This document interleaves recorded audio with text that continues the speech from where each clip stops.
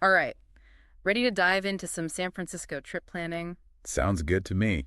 Where are we headed? Well, we've got this list of must-go places in San Francisco. And, Hmm. instead of just listing them out, I thought we could, really dig into what makes each place special, help our listeners actually experience San Francisco, not just see it. What do you think? I like the way you think. Let's Yeah. uncover some of those hidden gems, those unique perspectives that make San Francisco truly special. Yeah, exactly. All right, so first up, the Golden Gate Bridge. I mean, it's iconic, obviously, but this list actually suggests walking or biking across. Have you ever done that? Oh yeah. Yeah, I have. It's more than just a photo op. You're not just crossing a bridge, you're practically floating above the water. And the views, oh man, the views of the bay, the city. You can even see Alcatraz off in the distance. It's incredible. Wow, talk about a postcard moment. Exactly. And walking or biking gives you that freedom.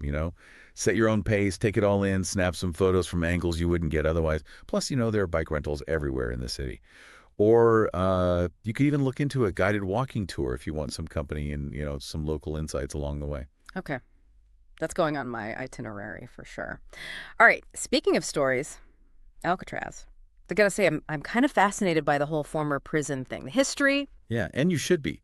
This isn't just any old prison. This place held some of the most notorious criminals in American history. Hmm. I mean, come on. Al Capone, George Machine Gun Kelly. The history etched into those walls is, well, it's palpable. But even if you're not a huge history buff, the ferry trip over is worth it on its own. Oh, yeah. I've heard the city views from the water are Oh, incredible. they are. Picture this. You're on the deck, wind in your hair, the city skyline rising up in front of you. It's the perfect prelude to the island's atmosphere. And just a heads up, Hmm. book those ferry tickets well in advance.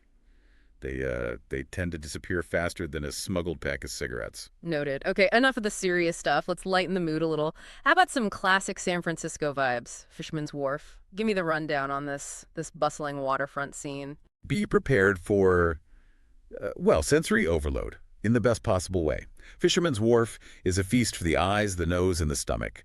You've got the sights and sounds of the harbor, the aroma of fresh seafood wafting from every corner, rows and rows of shops, souvenirs, local treats. Sounds dangerous for my wallet and my waistline. Ah, you might be right, but hey, you're on vacation, right? Treat yourself. Oh, okay. Oh, and listen, no trip to Fisherman's Wharf is complete without a visit to Pier 39. Let's just say you might encounter some celebrities while you're there. Okay, you have to tell me more about that. Yeah. All right, moving on, we've got Golden Gate Park, which from what I hear is less of a park and more like, well, a small country. You're not wrong. Golden Gate Park is massive and incredibly diverse. You've got stunning gardens, world-class museums, peaceful walking trails. They even have windmills. Don't try to see it all at once, that's for sure. You'll just end up exhausted. So how should someone even approach this park? Any advice? Before you even step foot in the park, just ask yourself, what interests you most? Are you a nature enthusiast? History buff? Art lover? Pick a zone and explore that fully. Trust me, you'll have a more rewarding experience that way. Less is more sometimes. I like that. Quality over quantity. All right. Our last stop, Chinatown. Now, this is a place I've heard is truly an experience unlike any other. It really is. San Francisco's Chinatown is one of the oldest and largest outside of Asia. It's this vibrant tapestry of culture, history, and, of course, you can't forget the food. Steaming baskets of dim sum, aromatic Peking duck, hand-pulled noodles. Come hungry. Man, you're speaking my language. Any tips on how to really truly make the most of that Chinatown experience? Definitely. Look beyond just the delicious food and explore the cultural treasures. Check out the intricate temples, the traditional herbal shops, those bustling markets. Maybe try catching a cultural performance or even joining a walking tour. Really delve deeper into the history and traditions there. It's fascinating. So much to take in.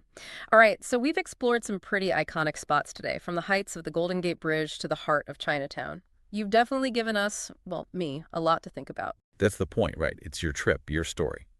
So if you had to pick just one must-do from this list, something that speaks to your travel style, what would it be? What experience will be at the heart of your San Francisco adventure? Hmm, that's a tough one.